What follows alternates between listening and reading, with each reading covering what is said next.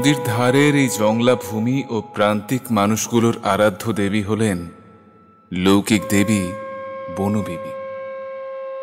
গ্রামের মানুষগুলোর কাছে দেবী নিত্য পূজিতা হলেও বছরের একবার দেবীর বাৎসরিক পুজো খুব ধুমধাম করে পালন করা হয় এই 18 ভাগীর দেশে।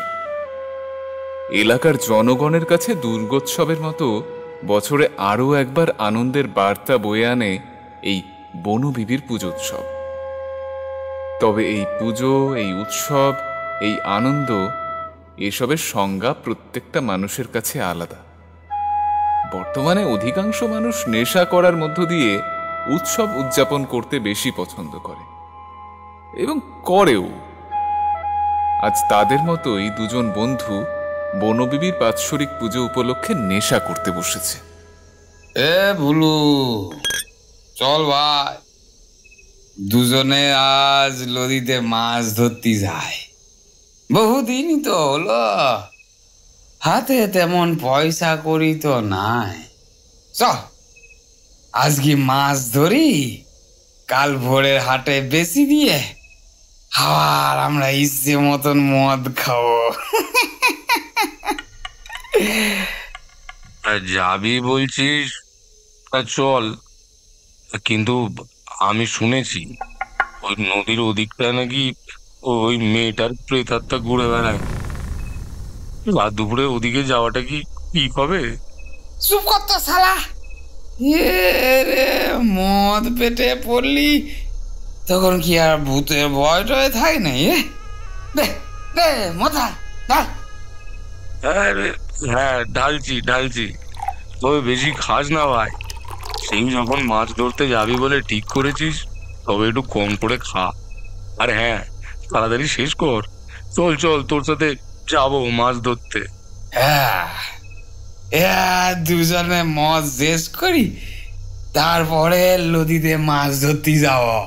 আরে যাবো তো বলছি, কিন্তু আমার তো ভীষণ ভয় করে রে, যেভাবে ওদিকটায় গিয়ে এক এক করে সব মরছে। কি মরছি মানে?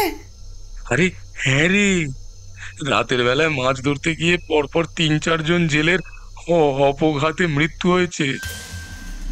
তারা নাকি মাছ ধরতে ধরতে কোথায় কোন খাঁড়ির দিকে চলে গেছিল, তারপর আর নাকি ফিরতে পারেনি।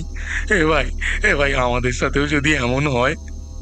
চুপ কর তো শালা, তুই সব বিষয়ে বেশি ভয় পাস। তোর সাথে আর মেশা যাবে নি। এবার থেকে শালা ওই লোকায় আছে না, লোকায় ওর সাথে বসি হাসরটাকে জমাতে হবে। আরে শালা, তুই আবার রাগ দেখাস নাকি মদের নেশা নাটক শুরু করলি?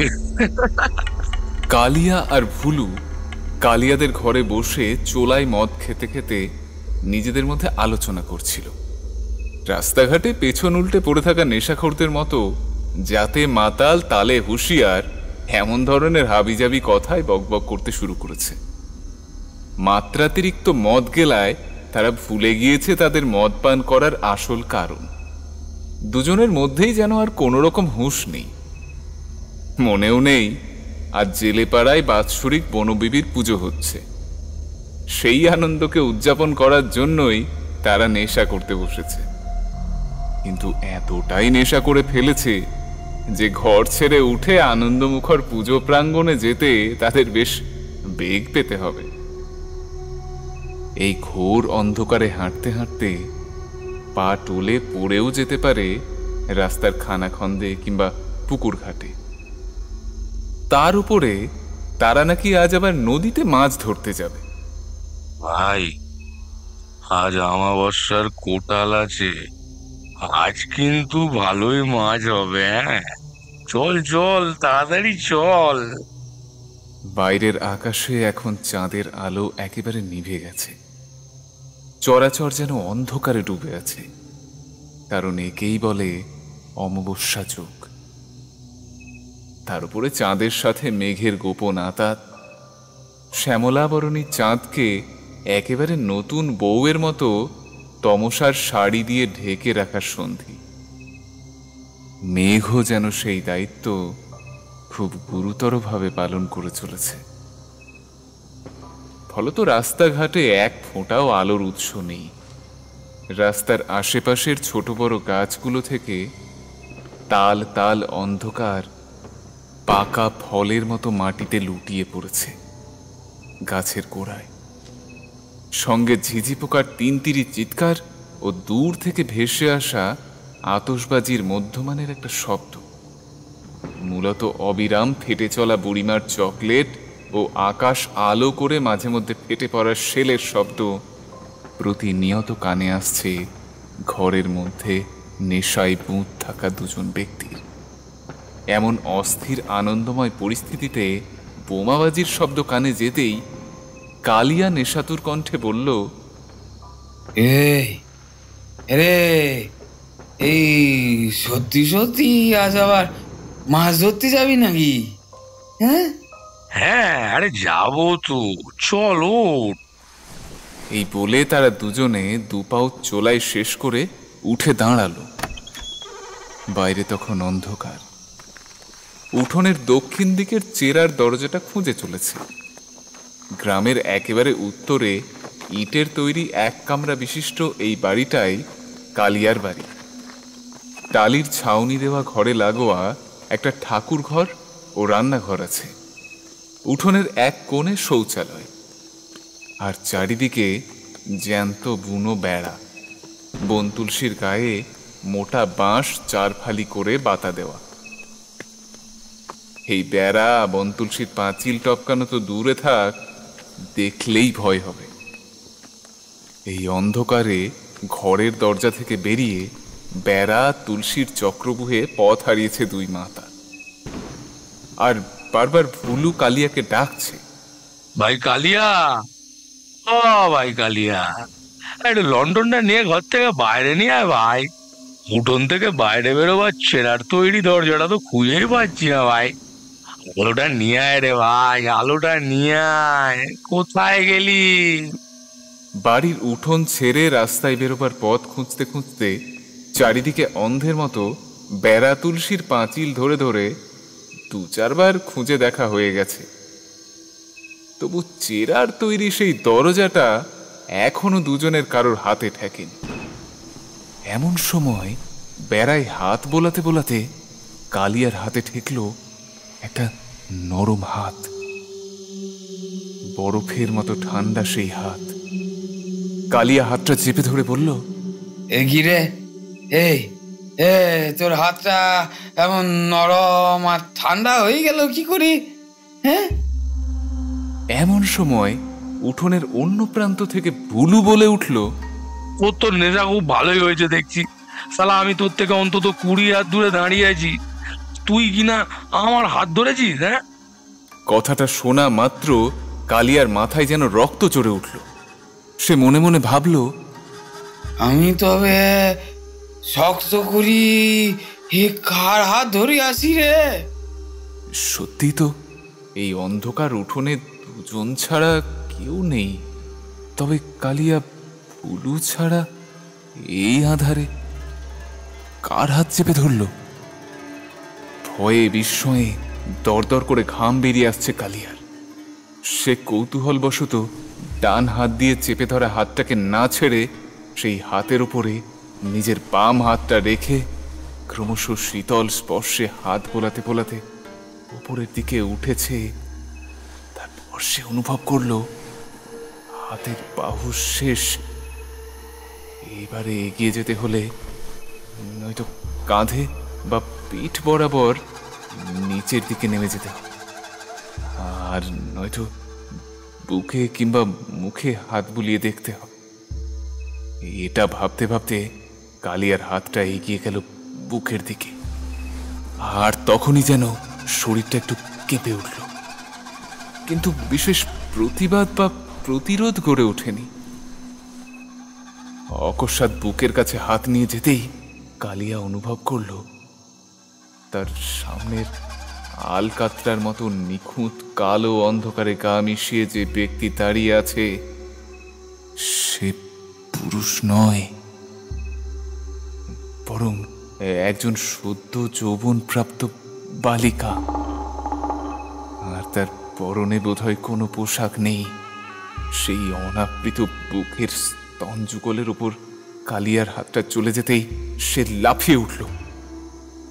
চিৎকার করে উঠে ভুলুকে বিষয়টা বলতে যাবে, কিন্তু হঠাৎ কোন এক অপার্থিব শক্তি বলে কালিয়া মুখ ফুটে কিছুই বলতে পারল না। এমন সময় ভুলু বলে উঠল, এ ভাই, চলে আয় বাইরে, আমি একটা বাইরে বেরোবার পথ পেয়ে গেছি, চলে আয়। দুই বন্ধু মদের নেশায় একেবারে টহর হয়ে গেছে। উঠোনের দক্ষিণ দিকে আস্ত একটা চেরার দরজা খুঁজে পেতেও তাদের বেগ পেতে হচ্ছে। হঠাৎ ভুলুর চিৎকারে কালিয়া ভাবল চেরার তৈরি সেই দরজাটা ভুলু বোধহয় খুঁজে পেয়েছে, তাই তার দিকে এগিয়ে গেল। কিন্তু তার দিকে এগিয়ে গিয়ে দেখল এতক্ষণে ভুলু বেড়া তুলসীর পাঁচিলখানা ফাঁক করে ফেলেছে। কোনো রকমে সেখান থেকে মাথা গলিয়ে বের হওয়া যাক। এমন সময় ভুলু বলল, একবার কষ্টে সৃষ্টে বের হয়ে যেতে পারলেই যতই অন্ধকার থাকুক ঠিক ঠাকুরতলার পাশ দিয়ে আমরা নদীর ধারে পৌঁছে যাব ভাই। কালিয়া তার কথা কিছুই বুঝতে পারল না, কারণ একটু আগেই তার সঙ্গে যা ঘটেছে তার রেশ এত সহজে কেটে যাওয়ার নয়। তারপর ভুলু কোনো রকমের সেই ফাঁক থেকে গলে বাইরে বেরিয়েছে। এবার কালিয়ার পালা। এতক্ষণে কালিয়াও সেই ফাঁক থেকে হাত দুটো বার করে মুন্ডুটা গলিয়ে দিয়ে বলল, এ ধর ভাই, আমার হাত দুটো ধর ধর। এমন সময় হঠাৎ পিঠের উপর থেকে জামাটা সরে গিয়ে বাঁশের পাতায় ঘষতে গিয়ে কালিয়ার কোমরের কাছে অনেকটা অংশ জুড়ে শরীরের চামড়া ছিলে গেল। কালিয়া চিৎকার করে উঠল। সে ভালো করে বুঝতে পারছে সেই ঘষতে যাওয়া জায়গা থেকে গলগল করে রক্ত বেরিয়ে আসছে। কোনো রকমে বেড়ার টোপকে বাইরে বেরিয়ে এসে রাস্তার উপর সে বসে পড়ে। তারপর ভুলুকে সবটা বলতে যাবে, কিন্তু সে কথা বলার আগেই কালিয়া অনুভব করল তার ছিলে যাওয়া ক্ষতস্থানে কেউ মুখ বসিয়ে লালায়িত জিভ দিয়ে চেটে নিচ্ছে এবং বিনিময়ে ফিরিয়ে দিচ্ছে তীব্র শীতল একটা আরাম। এতক্ষণে দুজনের মাথা থেকে মদের নেশা প্রায় নিচে নেমেছে। এই ঘোর অন্ধকারের মধ্যে হঠাৎ ভুলু কালিয়ার গায়ে হাত দিয়ে বলল, কিরে, এক্ষুনি তুই যে আ করে চিল্লে উঠলি, কি হয়েছে? পিঠের চালে কেটে কেটে গেল নাকি? আরে বোধহয় কেটে গেছে।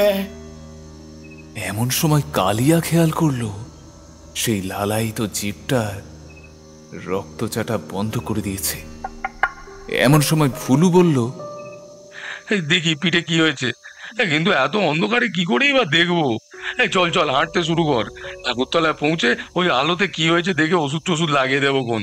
আচ্ছা কিন্তু এই অন্ধকারে ঠিকঠাক পৌঁছাতে পারবো তো? আরে হ্যাঁ হ্যাঁ, পারবো বই কি, খুব পারবো।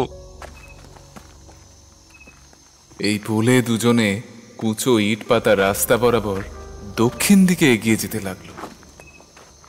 এত অন্ধকারে কাউকে দেখতে পাচ্ছে না, এমনকি নিজেদেরকেও না। অতঃপর জেলে পাড়ার ঠাকুরতলায় এসে ভুলু জেলে নিজের বাড়ি থেকে বড় খেওলা জালটা সঙ্গে নিয়ে এগিয়ে চলল নদীর দিকে। এতক্ষণে তাদের নেশা কেটে জল হয়ে গেছে। দুজনে নদীর পাড়ে গিয়ে ভুলু তার ছোট ডিঙি নৌকোটার নোঙর তুলে নদীতে নেমে পড়ল। নদীর কুলুকুলু জলধ্বনি তাদের মনে শিহরণ তৈরি করছিল। নদীর দুদিকের দুই চড়ার জঙ্গল থেকে নানা রকম শব্দ। হঠাৎ কালিয়া বলল, হ্যাঁ ভুলু তুই ডিঙ্গিটাকে নিয়ে ও খাড়ির দিকে এগিয়ে চল, ওদিকে মাছের ঝাঁকটা রয়েছে। আচ্ছা তাই চল, ওদিকটা দিয়ে চল। ভুলু তার টেনে ডিঙি নিয়ে খাড়ির দিকে এগিয়ে গেল। কালিয়া পরপর কয়েক ছানা জাল বাগিয়ে দিল নদীর খোলা জল। প্রতি ছানায় বেশ কিছু করে মাছ উঠল বটে, তবে কালিয়া ও ভুলু এর চেয়ে আরো বেশি কিছু আশা করেছিল। এমন সময় হঠাৎ খাড়ির চরে জঙ্গল থেকে 14-15 বছর বয়সী এক মেয়ের কান্নার আওয়াজ ভেসে এলো। কেমন যেন ভয়ানক সেই কান্না। এমন কান্নার আওয়াজ শুনে ভুলু ভয়ে ভয়ে বলল, এ ভাই কালিয়া, এত রাতে ওই জঙ্গলে কে কাঁদে বলতো? সেটাই তো, চল তো কি একবার দেখি।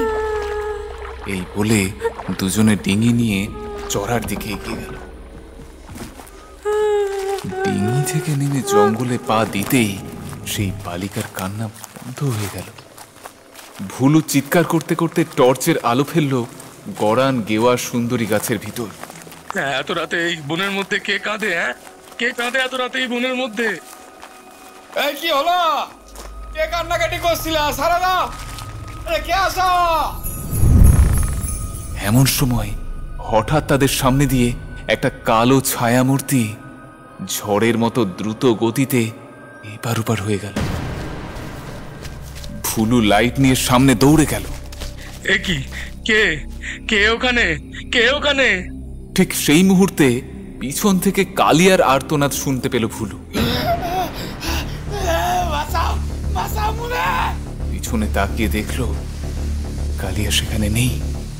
তাকে কেউ যেন পা ধরে টেনে হিচড়ে জঙ্গলের মধ্যে দিয়ে নিয়ে যাচ্ছে, আর ধীরে ধীরে ম্লান হয়ে আসছে তার আর্ত চিৎকার।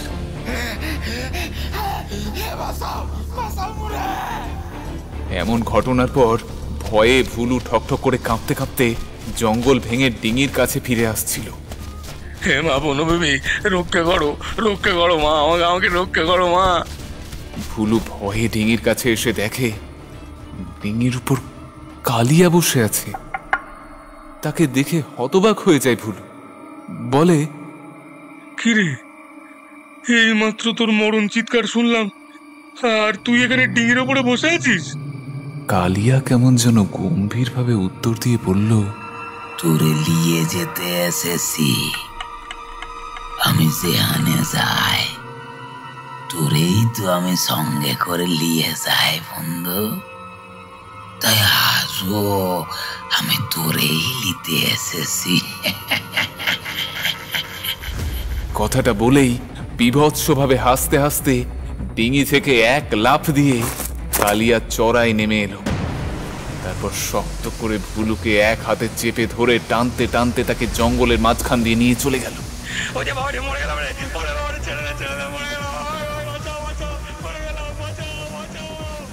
কিন্তু কে শোনে কার কথা? ততক্ষণে কালিয়া যে কালিয়া নেই, তার শরীরে যেন কোনো এক প্রেতের আগমন ঘটেছে। সে খনা গলায় চিৎকার করে বলল, সে আমাদের অপেক্ষায় বসে আছে, আমাদেরকে আজকে যেতেই হবে। সে যে আমাদেরকে সঙ্গে নিতে চায়।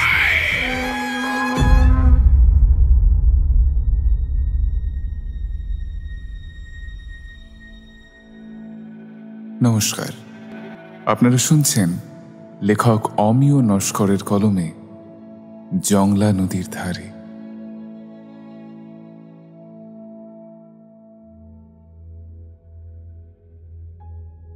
এইভাবে একে একে প্রায় জনাচারেক জেলে রাতের বেলায় নদীতে মাছ ধরতে গিয়ে নিখোঁজ হল। নদী সংলগ্ন মাঝিপাড়া ও জেলেপাড়ার লোকেরা এই নিয়ে ভীষণ ভয়ে আছে। তারা কেউ আর সন্ধ্যের পরে নদীতে মাছ ধরতে চায় না। কিন্তু নদীতে জাল দেওয়ার, মাছ ধরার মোক্ষম সময় তো সন্ধ্যের পরেই। তাই জেলেদের ইনকামও কমতে শুরু করেছে। তাই কেউ কেউ আবার মরার ভয় এড়িয়ে লোকচক্ষুর আড়ালে নদীতে মাছ ধরতে বেরিয়ে যেত। এসব বিষয়ে আলাপ আলোচনার জন্য বনবিবির মন্দির চাতালে দুই পাড়ার লোকেরা সবাই একত্রিত হয়েছে।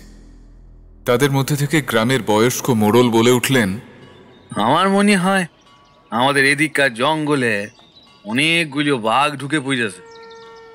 দিনের বেলায় মানুষের ভয়ে ওরা ঝোপঝাড়ের মধ্যে গাপটি মেরে থাকে, আর রাত হলেই বেরিয়ে জঙ্গলে চড়িয়ে বেড়ায়। আর কেউ রাতের বেলায় মাছ ধরতে গেলেই তার উপরে হামলা করে। এ কথা শুনে সভায় উপস্থিত লোকগুলোর মধ্যে অধিকাংশই বলল, তা হতেই পারে। তবে এখন থেকে তোমরা কেউ সন্ধ্যার পর নদীর দিকে যেও না জানো। একে একে এইভাবে সবাই যদি বাঘের পেটে চলে যায়, তাহলে আমাদের এই দুটো পাড়াও খুব তাড়াতাড়ি বেধবা পাড়া হয়ে যাবে। এতক্ষণে সভায় উপস্থিত বিমল মাঝি বলে উঠল, মোড়ল মশাই, আপনি একেবারে ঠিক কথা কয়েছেন। এখন এই মুহূর্তে আর সন্ধ্যার পর নদীর দিকে যাওয়াটা ঠিক হবে নিকো। তবে যারা নিখোঁজ হয়ে যাচ্ছে তাদেরকে বাগে নিয়ে যাচ্ছে, এমনটা আমার মনে হয় না। তবে তোর কি মনে হয় শুনি? আমার মনে হয় এর পিছনে কোনো ভৌতিক অলৌকিক ব্যাপার আছে। তাছাড়া ওই নদীর জংলা ভূমিতে আমি নিজে সন্ধ্যার পর একটা বাচ্চা মেয়েদের কাঁদতে শুনেছি। কথাগুলো এক নিমেষে বলে নিয়ে এবারে ফিসফিস করে মোড়লের কানের কাছে মুখ এগিয়ে গিয়ে বিমল বলল, মোড়ল মশাই, আমার মনে হয় পরাণ ছেলের মেয়ের অতৃপ্ত আত্মা ওই নদীর পাড়ের ওই জংলা ভূমিতে আছে। কে বলতে পারে? হ্যাঁ, বোধহয় ও ওর মৃত্যুর প্রতিশোধ নিচ্ছে। দেখ বিমল, আমার কানে কানে যা বললি এ কথা তুই এই আসরে একদম তুলিসনি। হ্যাঁ, যে কথা বললাম, এখন তবে কেউ আর সন্ধ্যার পরে ওই নদীর পাড়ের দিকে যেও না। এদিকে বিপদ, সে পথ এড়িয়ে চলাই ভালো।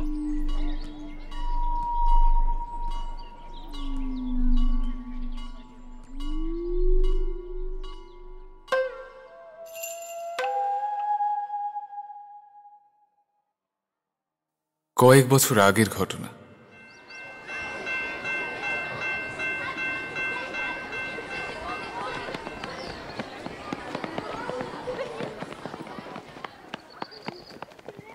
মধুমিতা, আমার না তোর সঙ্গে থাকতে, তোর সঙ্গে ঘুরতে, কথা বলতে খুব ভালো লাগে।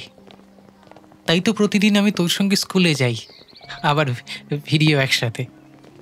আচ্ছা, এই আমার সাথে থাকতে তো তোর তোর কেমন লাগে? হ্যাঁ, তোরও ভালো লাগে?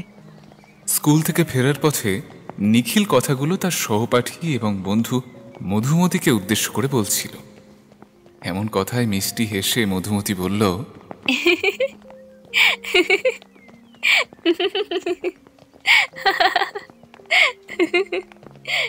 হ্যাঁ রে নিখিল, আমারও তো তোর সাথে থাকতে, তোর সঙ্গে কথা বলতে ভীষণ ভালো লাগে।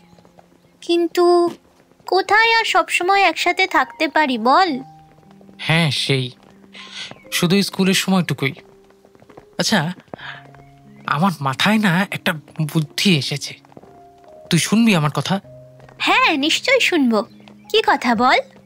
জানিস তো, আমি শুনেছি না আমার মামা আগে অনেক টিউশন পড়াতেন, ইতিহাস ভূগোল খুব ভালো বোঝাতেন।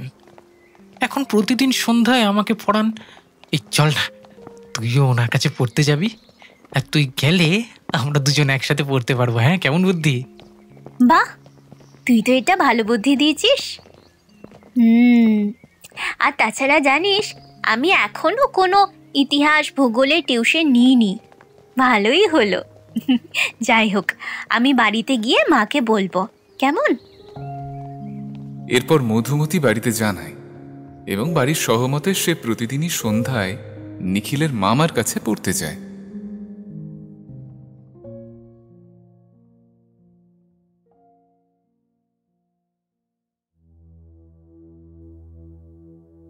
সবে সবে বর্ষাকাল শেষ হয়েছে। নদী নালায় অগাধ জলরাশি ধীরে ধীরে স্বাভাবিকত্ব লাভ করেছে। এমন পরিস্থিতিতে নদী সংলগ্ন জেলে পাড়ার লোকজনেরা প্রায় সকলেই নদীতে মাছ ধরতে যায়।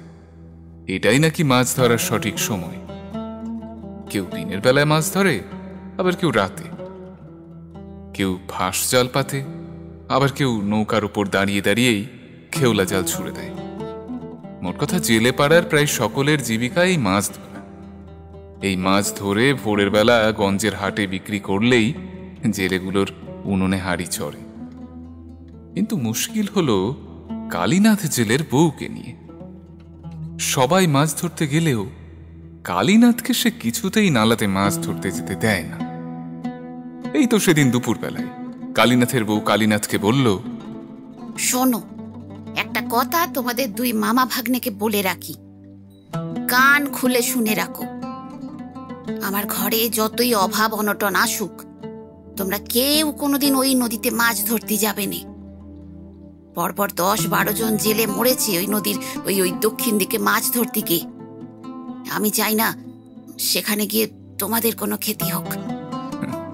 কিন্তু কে শোনে কার কথা? কালীনাথ তো তার বউয়ের এসব কথার কোনো তোয়াক্কাই করে না। যখন যা ইচ্ছে হয় তাই করে। যখন ইচ্ছে হয় ফাঁক পেলেই নদীতে জাল নিয়ে নৌকা নিয়ে মাছ ধরতে চলে যায়। এ বিষয়ে কালীনাথের বউ আক্ষেপ করে বলে, মেয়ে মানুষের কথা কানে নিতে নেই বুঝি, তাই আমার কথার কোনো তোয়াক্কা করো না, তাই তো? ভালো হয়েছে, আমার কোনো কথা তোমাদের শুনতে হবে না। তবে যেদিন তেনাদের খপ্পরে পড়বে সেদিন বুঝবে কত ধানে কত চাল।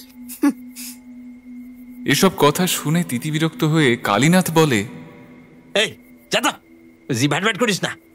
আজকাল দেখছি সব বিষয় তুই বড্ড বেশি মাথা কলাচ্ছিস। সব কাজে বেশি মাথা নেবে না। কি রান্না করেছিস নিয়ে আয়, আমাকে নিখিলকে শিগগির খেতে দে। তাড়াতাড়ি ভাগ্নিকে সঙ্গে নিয়ে নদীতে জাল ফেলতে যাবো। শুনেছি এখন খুব মাছ হচ্ছে। কদিন তো নেপাল, হিরেন, শ্যামল এদের জালে অনেক অনেক মাছ পড়েছে। দেখি আজ নৌকো নিয়ে নদীতে জাল ফেলতে গিয়ে কি হয় দেখি। অনেকদিন হলো সারা ইনকাম পাতি নেই, কিছু নেই, মাথাটা একবারে ঘেটে। যা যা যা যা তাড়াতাড়ি নিয়ে আয়। কালীনাথের কথায় কালীনাথের বউ বেশ কিছুক্ষণ চুপ করে রইল। তারপর অনুরোধ করে বলল, আজ আর এই রাতের বেলায় বাচ্চা ছেলেটারে সঙ্গে নিয়ে তুমি নদীতে মাছ ধরতে যেও না গো। আমার কথা শোনো, আজ আর যেও না। বউয়ের কথায় কালীনাথ চিৎকার করে উঠল, বেহায়া মাগি, আর একটাও কথা যদি তুই বলিস তবে আজ আমার হাতে মার খেয়ে মরে যাবি। কেউ তোকে রক্ষা করতে পারবে না, এই বলে দিলুম। তোকে কতবার না বলেছি, হ্যাঁ কতবার বলেছি, মেয়ে মানুষের মতো থাকবি, সব বিষয়ে মুরুলতি মারবি নি। তোর কানে সব কথা যায় না, তাই না? হ্যাঁ যায় না? কালীনাথের বউ মাথা হেট করে এসব ছোট বড় কথা হজম করতে করতে বলল, নিখিলকে সঙ্গে নিয়ে চেটাই পেতে বসো। মাছ ধরতে যাবে যে কালে, তখন হারকিনটা একটু বেশি করে কেরোসিন ভরে নাও। আমি এক্ষুনি আসছি, এসে ভাত দেব। ঠাকুর ঘরে সন্ধে প্রদীপটা দেখিয়ে আসি। এই বলে কালীনাথের বউ মাথায় কাপড় টেনে ঠাকুর ঘরে সন্ধ্যা প্রদীপ দেখাতে চলে গেল। নিখিল ঘরে তার মামার পাশেই চাটাই পেতে বসে আছে। তার বয়স 14-15 বছর। এদিকে কালীনাথ মাছ ধরতে যাবে বলে হ্যারিকেনের কালি ভর্তি কাচ মুছে পরিষ্কার করে হ্যারিকেনে তেল ভরছে। বাড়িতে মাত্রই 3 জন লোক। নিখিলরা 3 ভাই, ও সবচেয়ে ছোট। মামা মামি নিঃসন্তান হওয়ায় সেই ছোটবেলায় নিখিলকে ওর মায়ের কাছ থেকে কালীনাথ নিয়ে এসেছিল। আর তখন থেকেই সে মামা মামির কাছেই থাকে এবং তাদেরকেই সবচেয়ে বেশি ভালোবাসে। সন্ধ্যা হতে না হতেই মামাকে এরকম তাড়াতাড়ি করে খাওয়ার জোগাড় এবং হ্যারিকেনে তেল ভরতে দেখে নিখিল কৌতূহলী হয়ে জিজ্ঞেস করল, মামা, এই ঘরে তো একটা হ্যারিকেন জ্বলছে, তুমি আবার এই পুরনো হ্যারিকেনটা মুছে ওটাতে তেল ভরছো, কোথাও যাবে নাকি? নিখিলের বয়স এখন 14-15 হলেও সে কিন্তু আর 5টা ছেলের মতো বেটো পম্বুটে নয়।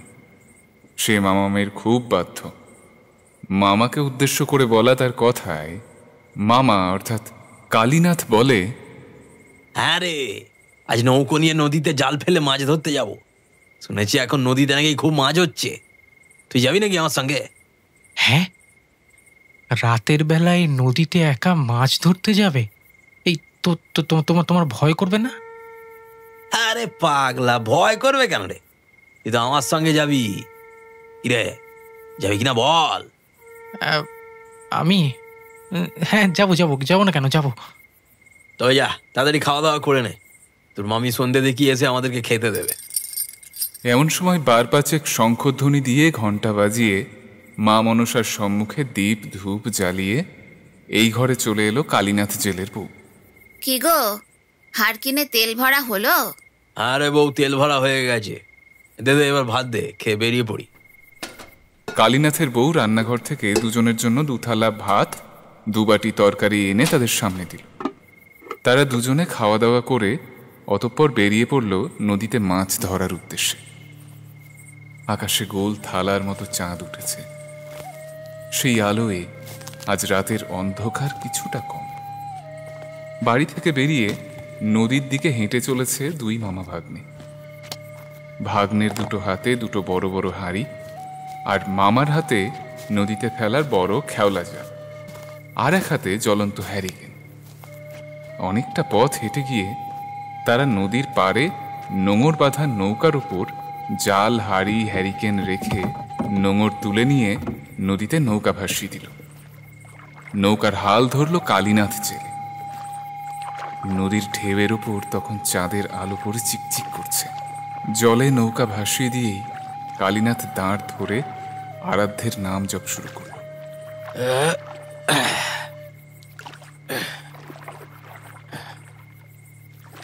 হে মা বোন বিবি, আজ যেন আমার জালে অনেক মাছ পড়ে, যেন এই বড় বড় দুটো হাঁড়ি ভর্তি হয়ে যায়। আর এমনটা হলে আমি বাড়িতে ফিরে তোমার নামে বাতাসা লুট দেবো মা, 200 গ্রাম বাতাসা লুট দেবো। হ্যাঁ, দয়া করো মা বোন বিবি, দয়া করো।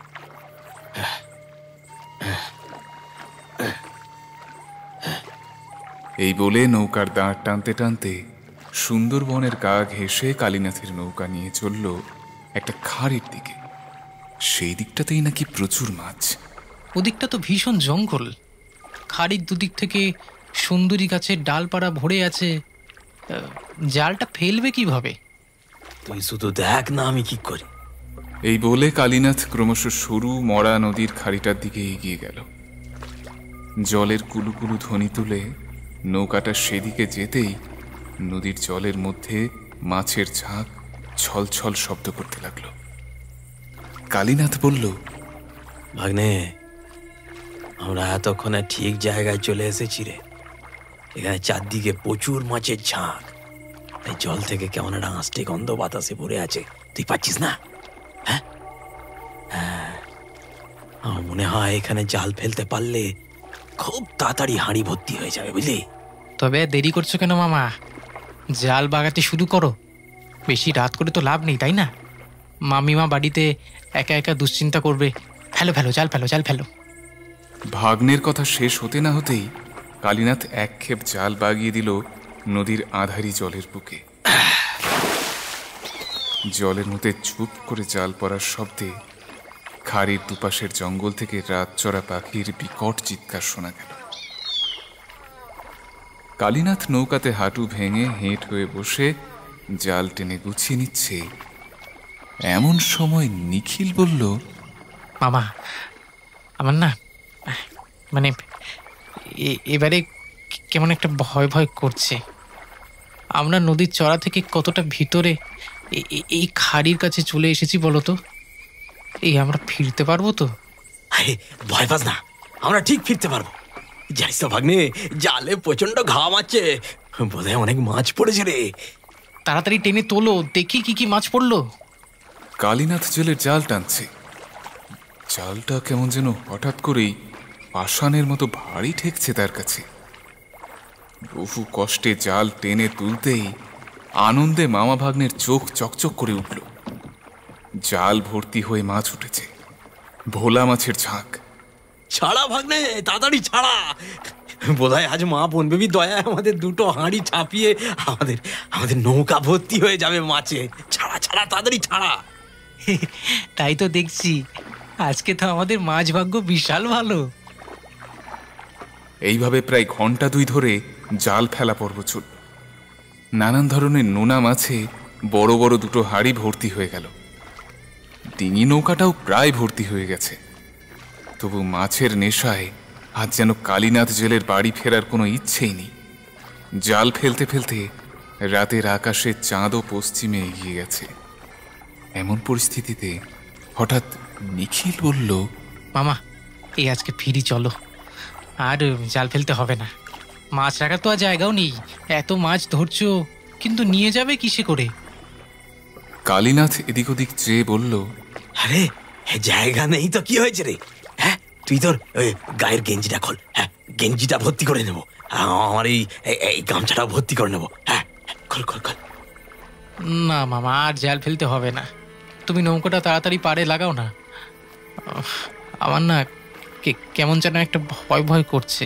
হে, এত ভয়ের কি আছে রে? হ্যাঁ, সঙ্গে তো আমি আছি নাকি? কথাটা শেষ হতে না হতেই দুপারের জঙ্গল থেকে কেমন যেন রিন রিনে ধ্বনি তাদের কানে এলো। বেশ ভয়াবহ আওয়াজ, মনে হচ্ছে কেউ যেন ফুঁপিয়ে ফুঁপিয়ে কাঁদছে। মামা, আমার কিন্তু ভীষণ ভয় করছে মামা। অনেক রাত হয়ে এসেছে, চারিদিকে জঙ্গল, নদীর সরু পথে খাঁড়িতে মাছ ধরতে ধরতে রাত দুপুরের কোনো হিসেব নেই কালীনাথের। এক পাল ঠান্ডা বাতাসে তার শরীরে কাঁটা দিয়ে উঠল। সে ততক্ষণে খেয়াল করল তাদের আশেপাশে কেউ যেন আছে। কালীনাথ কেমন যেন জড়ানো সুরে বলল, ভাগ্নে, শোন, একটা কথা বলি।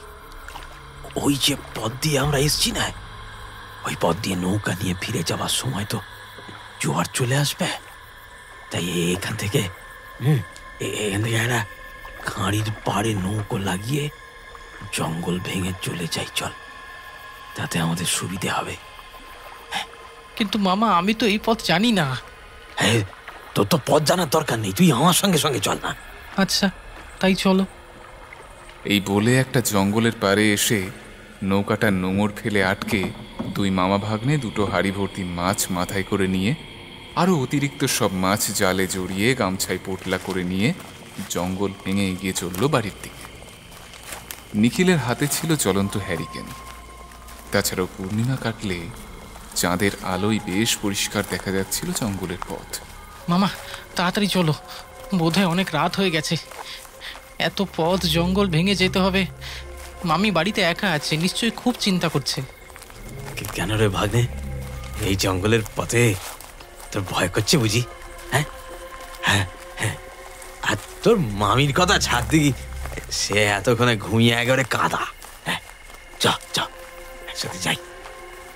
বোধহয় সত্যিই তাই।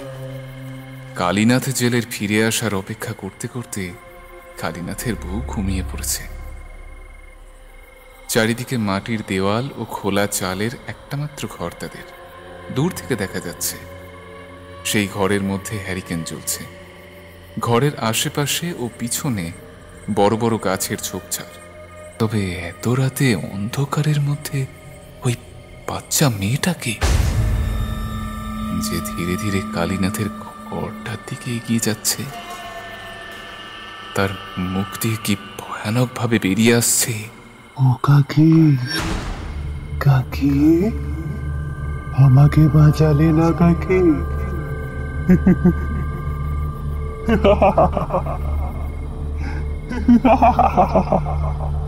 চারিদিকে নিস্তব্ধতা চিড়ে এই ডাক চক্রাকারে প্রতিধ্বনিত হওয়ার পর হঠাৎ ঘুম ভেঙে বিছানায় থতমত খেয়ে উঠে বসলো কালীনাথের বউ। কি এত রাতে এমন বিদঘুটে স্বপ্ন দেখলুম কেন? কে ওই বাচ্চা? ও ও আমাকে কাকি বলে ডাকতি ডাকতি একদিকে এগিয়ে আসছিল কেন? হে ঈশ্বর, এসব কি হচ্ছে আমাদের সাথে? রক্ষে করো, রক্ষে করো, আমাদেরকে রক্ষে করো ঠাকুর। কথাগুলো বলতে বলতে কালীনাথের বউ বিছানা ছেড়ে ঘরের দরজা খুলে ঘরের বাইরে এসে একবার চক্কর কেটে আবার ঘরে ফিরে গেল। আর অন্যদিকে নিখিল জঙ্গল ভেঙে মামার সঙ্গে বাড়িতে ফেরার পথে একেবারে ভয়ে উকড়ে গেল। কালীনাথ বলল, রে নিখিল, এই ভয় পাচ্ছিস নাকি? হ্যাঁ। নিখিল ধরে আসা গলায় বলল, হ্যাঁ মামা, আমার প্রচণ্ড ভয় করছে। আর তাছাড়া তুমি তো একবার গল্প করেছিলে যে এই বাগানে নাকি সুন্দরবন এলাকার মতো যত অশরীরী আত্মারা বসবাস করে।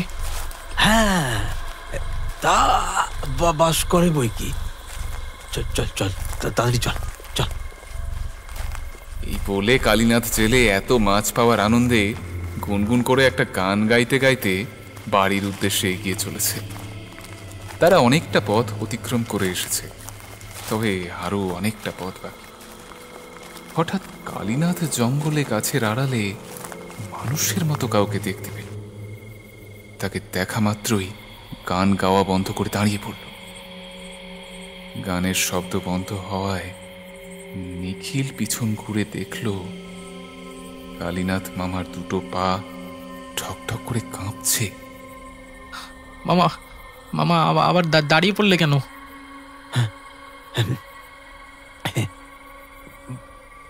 ভাগ্নে, এইখানে ও আছে। আমি আমি এই মাত্র ওকে দেখেছি। গাছের আড়ালে পিচ কালো অন্ধকারের মতো শরীর। ও আমাকে অনুসরণ করতে করতে আসছে। ওর চোখে আমার চোখ পড়ে গেছিল। জ্বলন্ত আঁচের মতন ও লাল লাল দুটো চোখে আমার দিকে তাকিয়ে হাসছিল। তুই পালিয়ে যা। ও বোধহয় আমাকে আজ ছাড়বে না রে। পালা, তুই পালিয়ে যা। এসব শুনে নিখিল যতটা ভয় পেয়ে গেল, ঠিক ততটাই বিস্ময়ে তার মামাকে জিজ্ঞাসা করল, মামা, হঠাৎ করে তোমার কি হলো বলো তো? তুমি এত ভয় পাচ্ছ কেন? আরে কিছু হবে না তো, তোমার সঙ্গে আমি আছি না? হ্যাঁ, আমি আছি তো, তোমার ভাগ্নে আছে। এসো এসো এসো, তুমি আমার সামনে এসো। চলো চলো চলো চলো। এই বলে নিখিল তার মামার হাতে হ্যারিকেন দিয়ে মামাকে সামনে দিল। কালীনাথ ভয়ে ভয়ে সামনে হাঁটতে হাঁটতে এগিয়ে চলল। আবারও কিছুটা পথ এগিয়ে গিয়ে থমকে দাঁড়িয়ে পড়ল কালীনাথ। কি হলো মামা, আবারও কাউকে দেখলে নাকি? মুখে আঙুল চেপে নিখিলকে চুপ থাকতে ইশারা করলো কালীনাথ। তারপর ফিস ফিস করে বলল, নিখিল, তুই কোনো শব্দ শুনতে পেলি? শব্দ? কই না তো, কোনো শব্দই তো আমি শুনলাম না। তুমি কিছু শুনলে নাকি? হ্যাঁ, তুই শুনতে পাসনি? কিন্তু আমি তো শুনলাম। আমার সামনে দিয়ে কেউ যেন হেঁটে গেল। শুকনো পাতায় তার স্পষ্ট পায়ের আওয়াজ শুনলাম আমি। আহা মামা, ওসব তোমার মনের ভুল। চলো, আর দেরি করো না, বাড়ি চলো, মামি চিন্তা করছে। এই বলে নিখিল আবারও দ্রুত হাঁটা শুরু করলো। হাঁটতে হাঁটতে মামাকে আবারও পিছনে ফেলে এগিয়ে গেল সে। মামা কালীনাথ ওকে বলল, ভাগ্নে, এই নে হারিকেনটা, তুই ধর। আমার হাত যন্ত্রণা হচ্ছে। আমি বরং তোর পেছন পেছন হাঁটছি। চল। আচ্ছা বেশ, দাও, তবে তাড়াতাড়ি এসো আমার পেছন পেছন। হ্যাঁ। এমন সময় হঠাৎ তাদের কানে এলো পৈশাচিক একটা স্বর। আমাকে একটা মাছ দে না রে, কতদিন কিছু খাইনি, খুব খিদে পেয়েছে, দে না রে আমাকে একটা মাছ। এতক্ষণে সেই পৈশাচিক স্বর শুনে দুজনেই ভয় পেয়ে গেল। তবুও রাশ ভারী করে নিখিল বলল, মামা, তুমি আর কোনো কিছুতেই ভয় পেও না। আমরা বোধহয় বাড়ির কাছাকাছি চলে এসেছি, বুঝলে? আর কিছুটা পথ এই মরিবাচি করে হাঁটলেই সমস্ত ভয় কেটে যাবে। দেখো, তুমি এসো এসো, তাড়াতাড়ি এসো। এই বলে নিখিল দ্রুত হেঁটে ভয়ানক সেই জঙ্গলের পথ অতিক্রম করে পরিষ্কার একটা রাস্তায় এসে উঠল। সেখান থেকে সামনে তাদের বাড়িটা দেখা যাচ্ছে। বাড়িতে এখনো হ্যারিকেন জ্বলছে। বোধহয় ঘরের ভেতরে মামিমা বসে আছে তাদের অপেক্ষায়। এসব ভাবতে ভাবতে নিখিল বলল, মামা দেখো, তুমি রাগ করো আর যাই করো, এই জঙ্গলের পথে আসা এই প্রথম আর এই শেষ। রাতের বেলা এই জঙ্গলে কেউ আসে নাকি? হ্যাঁ, ভাবরে কি ভয়ানক। এতগুলো কথার পরেও মামার কোনো প্রত্যুত্তর না পেয়ে নিখিল পিছনে ঘুরে দেখল, আর দেখে এসে চমকে উঠল, কারণ মামা তার পিছনে নেই। মামা, ও মামা, কোথায় গেলে গো? মামা, আরে তোমাকে দেখতে পাচ্ছি না কেন মামা? ও মামা। নিখিল জঙ্গল থেকে বেরিয়ে এলো অনেকক্ষণ হয়েছে, তবুও কালীনাথ এখনো আসছে না কেন? নিখিল আবারও হ্যারিকেন নিয়ে জঙ্গলের দিকে কিছুটা পথ এগিয়ে গিয়ে দেখল কালীনাথ মামার পিছনে নেই। চিৎকার করে তার মামাকে ডাকতে লাগলো। মামা, ও মামা, আরে কোথায় গেলে মামা? আর ডাকতে ডাকতে চারিদিক খুঁজে দেখল, কিন্তু কোথাও সে তার মামাকে দেখতে পেল না। অগত্যা দৌড়ে গেল বাড়িতে। তাকে এমন দৌড়ে এসে মাছের হাড়ি পোটলা ফেলে হাঁপাতে দেখে কালীনাথ জেলের বউ বলল, কি রে নিখিল, এমন হাঁপাচ্ছিস কেন? আর তোর মামা কই, সঙ্গে আসে না? জানি না মামিমা, আমি কিচ্ছু জানি না। মামা তো আমার পেছন পেছনই আসছিল। ঘন জঙ্গল থেকে ফাঁকা রাস্তায় বেরিয়ে হঠাৎ পিছনে তাকিয়ে দেখি মামা নেই। আমি কত করে ডাকলাম মামাকে, হ্যারিকেন নিয়ে জঙ্গলের সামনের দিকটা খুঁজে দেখলাম, কিন্তু মামাকে কোথাও দেখতে পেলাম না। মামা যে কোথায় গেল, মামা কোথায় গেল বলো তো? আমার সঙ্গেই ছিল। সে কি সর্বনেশে কথা, তোর মামা ওই জঙ্গল থেকে বেরোয়নি? হায় হায় হায়, সর্বনাশ হয়ে গেল রে। কে কোথায় আছো, শিগগির ছুটে এসো গো, আমার সর্বনাশ হয়ে গেছে। কালীনাথের বউয়ের এমন চিৎকার কান্না শুনে বনবিবি দেবীর মন্দির চাতালে বসে তাস খেলতে থাকা হীরেন, পাঁচু, শৈলেন, বিমল তড়িঘড়ি কালীনাথের বাড়ির দিকে দৌড়ে এলো। তারপর কালীনাথের বউয়ের মুখে সবটা শুনল। সে যে এখনো ফিরে এলো না। ঠাকুরপো, তোমরা একটু দেখো না, খোঁজ খবর করে দেখো না গো। আমার মন বলছে বোধহয় তার কোনো বিপদ হয়েছে। হে মা বন বিবি, ওকে রক্ষে করো মা, ও ছাড়া আমার যে আর কেউ নেই। কথাগুলো বলেই কালীনাথের বউ হাউ হাউ করে কাঁদতে শুরু করেছে। তার মুখ থেকে সব কথা শুনে এই চারজন নিজেদের মুখ চাওয়াচাওয়ি করছে। তারাও সাহস করে বলতে পারছে না যে বৌদি কেঁদো না, আমরা দেখছি। কারণ তারাও জানে রাতের বেলায় ওই অশরীরীর জঙ্গলে যাওয়া কতটা বিপজ্জনক। তবুও শেষমেশ কালীনাথের বউকে সান্ত্বনা দিয়ে হীরেন বলল, বৌদি তুমি শান্ত হও, আমরা দেখছি কি করা যায়। এ পাঁচু, যা যা যা, গ্রামের সবাই খবর দে, এখনই যা। পাঁচু দৌড়ে গেল গ্রামের আর সমস্ত লোকজনকে সে খবর দিতে। হীরেন নিখিলকে জিজ্ঞাসা করল, আচ্ছা খোকা, তোর পেছন থেকে তোর মামা যে গায়েব হয়ে গেল, কোনো সারা শব্দ পাসনি? নিখিল কাঁদতে কাঁদতে হীরেনের কথার উত্তর দিয়ে বলল, না, আমি কোনো আওয়াজ শুনতে পাইনি। আমরা দুজন প্রায় একসাথেই হেঁটে হেঁটে আসছিলাম, তবে বেশ কিছুক্ষণ মামা আমার পেছন পেছন আসছিল। তারপরে মামার সঙ্গে কথা বলে দেখি মামার কোনো সারা শব্দ নেই। তারপরেই মামাকে আর খুঁজে পেলাম না। এই রে, এত রাতে কালীনাথ আবার গেল কোথায়?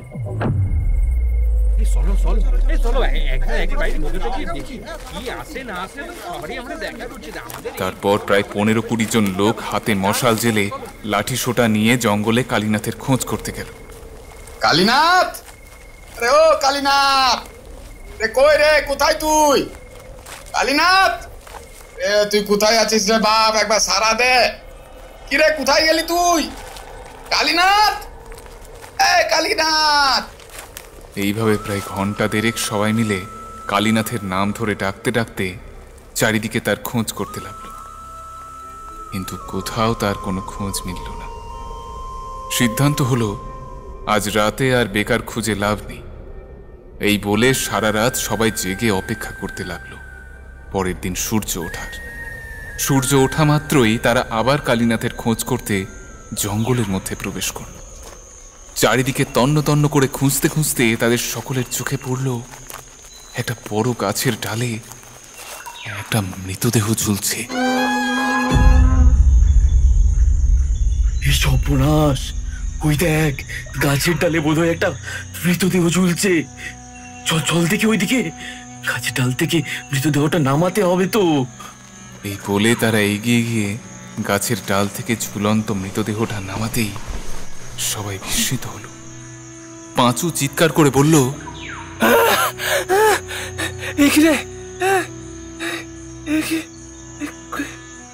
কালীনাথের মৃতদেহ, কিন্তু এইভাবে মারল কে ওকে? মনে হয় গত রাতে ওরে কোনো জন্তু জানোয়ারে ধরছিল। কোনো জীবজন্তুতে ধরলি তো ওর শরীরের যাবতীয় মাংস সব খেয়ে ফেলেই তো। এইভাবে গোটা একটা শরীরে তখন পাওয়া যেত না। আমার মনে হয় এইটা অশরীরী কোনো বিষয়। মৃতদেহ দেখে সবাই যখন সবার মতো মন্তব্য করছিল, তখন হঠাৎ হিরেন বলে উঠল, তোরা সব ওর বুকের দিকটা চাইয়ে দেখ, আঁচড়ের দাগ আর ফোটা ফোটা রক্তবিন্দুতে কেমন যেন একটা চেনা মুখায়ব তৈরি হয়েছে না? তোরা কি ওই ছবিটা দেখে কেউ চিনতে পারছিস? হিরেনের কথায় সবাই কালীনাথের বুকের দিকে বেশ কিছুক্ষণ তাকিয়ে রইল। কালীনাথের বুকে আঁচড়ের দাগ আর রক্তের ফোঁটায় যে মুখাবয়ব সৃষ্টি হয়েছে তার সকলের প্রায় চেনা লাগলো।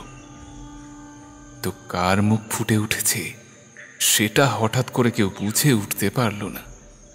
তৎক্ষণাৎ নিখিলের মুখ থেকে বেরিয়ে এলো একটা নাম, মধুমিতা। এটা তো মধুমিতার মুখ। নিখিলের মুখে এই নামটা সবাই শোনা মাত্র তাদেরও যেন মনে পড়ে গেল। হ্যাঁ হ্যাঁ হ্যাঁ হ্যাঁ, এ তো পরাঞ্জলের সেই মেয়ে মধুমতি। সে তো 1 বছর আগে মারা গিয়েছিল। কিন্তু কালীনাথের বুকে এরকম পরাঞ্জলের মেয়ে মধুমতির মুখা ফুটে উঠছে কেন? বোধহয় মধুমতির পেতাত্তা কালীনাথ জেলেরে শেষ করিছে, তাই কালীনাথ জেলের বুকে মধুমতির মুখায়ব। মৃতদেহের পাশে দাঁড়িয়ে কালীনাথ জেলের বউ এতক্ষণ সব কথা শুনছিল। নিখিলের চোখেও জল। নিখিল মধুমতিকে ভালোবাসত, কিন্তু কেমন করে যে বছরখানেক আগে মধুমতি হারিয়ে গেল তা নিখিল জানে না। তবে পুরনো সেসব দিনের কথা কালীনাথের বউ জানে। তার মনে পড়ে যায় কালীনাথের পাপের কথা।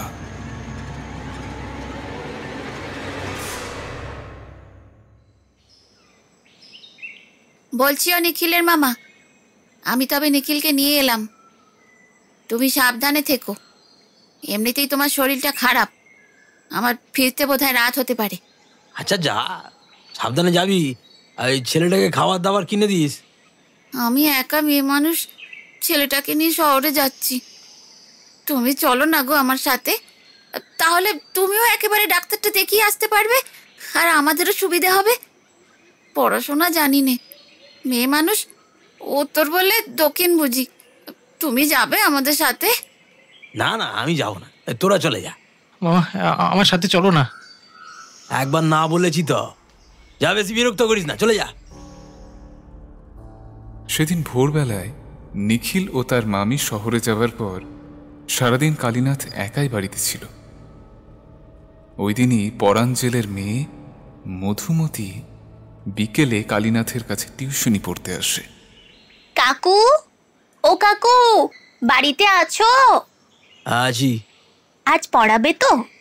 হ্যাঁ হ্যাঁ, পড়াবো। কেন পড়াবো না? না, আসলে নিখিল তো বাড়িতে নেই। শুনলাম ও নাকি ওর মামির সঙ্গে শহরে ডাক্তার দেখাতে গেছে, তাই ভাবলাম আজ হয়তো তুমি পড়াবে না।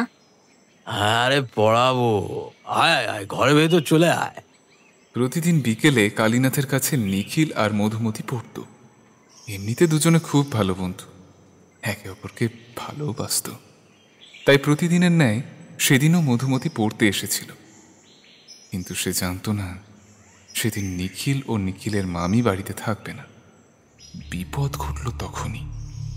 বৃষ্টি ভেজা বিকেলবেলায় মধুমতিকে একা পেয়ে কালীনাথ, কি কি করছো কাকু? এভাবে গায়ে হাত দিচ্ছ কেন? ছেড়ে দাও আমাকে, ছেড়ে দাও। দাঁড়া, এত ছটফট করছিস কেন? তুই এত সুন্দর, তোকে একটু আদর করতে দে। আয় আয় আয় আয়। ছি কাকু, তুমি কি করছো? ছাড়ো, ছেড়ে দাও আমাকে, ছাড়ো বলছি। আয় না, আয়।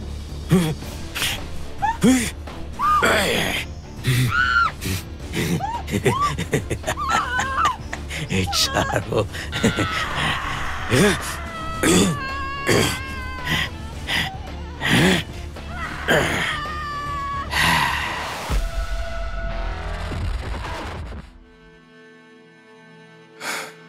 কিন্তু না,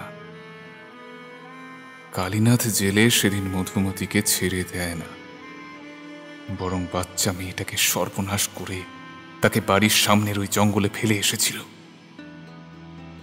মেয়েটা পড়াশোনায় খুব ভালো ছিল, খুব ভালো ছবি আঁকত। অনেক রাত হয়ে যাওয়া সত্ত্বেও মেয়ে বাড়িতে ফিরছে না দেখে মধুমতির বাবা মা কালীনাথের বাড়িতে মেয়েকে খুঁজতে এলো, কিন্তু কালীনাথ তাদেরকে তাড়িয়ে দেয় এই বলে, আজ তো নিখিল আর নিখিলের মামি শহরে ডাক্তার দেখাতে গেছি, তাই তো আমি আর টিউশনে ছুটি দিয়েছিলাম আজকে। মধুমতি তো পড়তে আসেনি। কালীনাথের কথায় অবাক হয়ে পরাণ জেলে বলল, কি বলছো ভাই? আমার মেয়ে আজ তোমার কাছে পড়তে আসেনি? কিন্তু ও তো বাড়ি থেকে বেরিয়ে বললো ও তোমার কাছে পড়তে আসছে। তাইলে তাইলে মেয়েটা কোথায় গেল বলো তো? তা তো বলতে পারবো না দাদা, তোমার মেয়ে আজ আমার কাছে পড়তে আসেনি এই পর্যন্ত আমি জানি, এর চেয়ে বেশি কিছু তো জানি না। যাদিকে খুঁজে দেখো না কোথায় গেল। কালীনাথের কথা মতো পরাণ জেলে চারিদিকে তন্ন তন্ন করে খুঁজেও তার মেয়েকে জীবিত অবস্থায় খুঁজে পেল না। 1 সপ্তাহ পর নদীর পাড়ের জঙ্গলে মধুমতির আধ খাওয়া মৃতদেহ পাওয়া যায়, কিন্তু মধুমতির মৃত্যুর জন্য কে দায়ী সে কথা কালীনাথের বউ ছাড়া আর কেউ জানতে পারেনি। কালীনাথের বউ জেনেছিল বাড়িতে ফিরে বিছানায় লেগে থাকা চাপ চাপ রক্ত দেখে। কিরে বউ, তোদের ফিরতে আজ দেরি হলো কেন বলতো? শহরের হাসপাতালে ডাক্তার দেখিয়ে বাড়িতে ফিরতে তো দেরি হবেই। যাই হোক, নিখিল ঘুমিয়ে পড়ার পর তোমার সাথে কিছু কথা আছে। কি কথা রে বউ? যখন বলবো তখন শুনো। তারপর গভীর রাতে কালীনাথের বউ কালীনাথকে জিজ্ঞাসা করল, মধুমতির সঙ্গে তুমি কি করেছো? কথাটা শুনেই কালীনাথ বিস্ময়ে হতচকিত হয়ে লাফিয়ে উঠল। কি? কেন? মধুমতির সাথে আমি কি করব? আমি জানি তুমি মধুমতির সঙ্গে কি করেছো। প্রমাণ হিসাবে এখনো বিছানায় রক্ত লেগে আছে। তুমি কি আর লুকাবে? বাড়িতে ফেরার পথে দেখলাম ওর মা বাবা ওকে খুঁজে বেড়াচ্ছে, আর আর তুমি কিনা তাকে চিরতরে শেষ করে দিলে। ছি ছি ছি ছি। বউয়ের মুখে এসব কথা শুনে কালীনাথের সারা শরীর ঠান্ডা হয়ে এলো। সে কাঁপা কাঁপা স্বরে বলল, বউরে আমি তোর হাতে পায়ে ধরে ক্ষমা চাইছি, আমাকে ক্ষমা করে দে। আর এই ঘটনাটা তুই 5 কান করিস না, তাহলে আমাদের সর্বনাশ হয়ে যাবে। আমি কথা দিচ্ছি, এমন ভুল আমি আর কখনো করবো না। কথা এই কান ধরছি, কথা দিচ্ছি, হ্যাঁ তুই বলছি।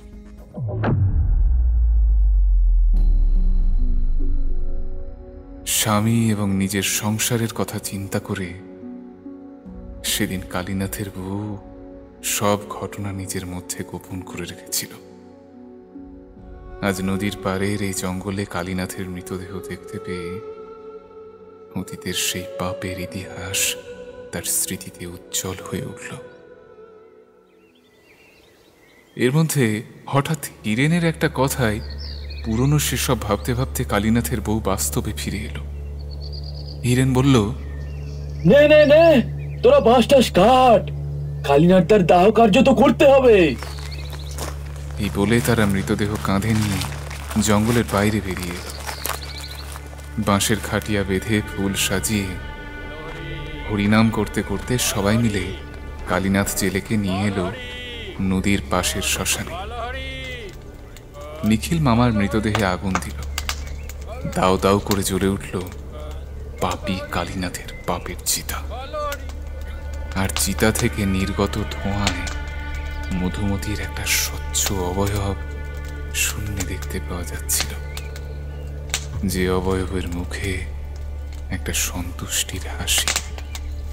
কালীনাথের বউ তখন মুখে কাপড় দিয়ে অকাল বৈধব্য প্রাপ্তির হতাশায় চোখের জল ঝরাচ্ছিল। তারপর নিজের হাতে চোখের জল মুছে নিয়ে কাহিনীর শেষ সংলাপের মতো হঠাৎ বলে উঠল, আর কোনো জেলে নদীতে মাছ ধরতে গিয়ে অপঘাতে মরবে না। আজ যে তার প্রতিশোধের 16 আনা পূর্ণ হয়েছে।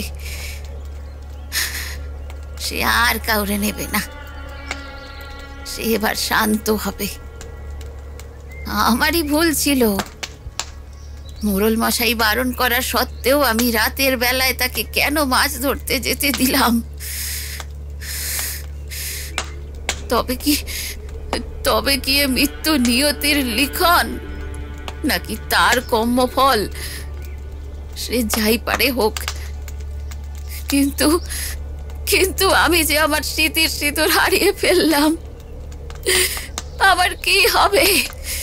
সে মা বোন বিবি, আমার কি হবে?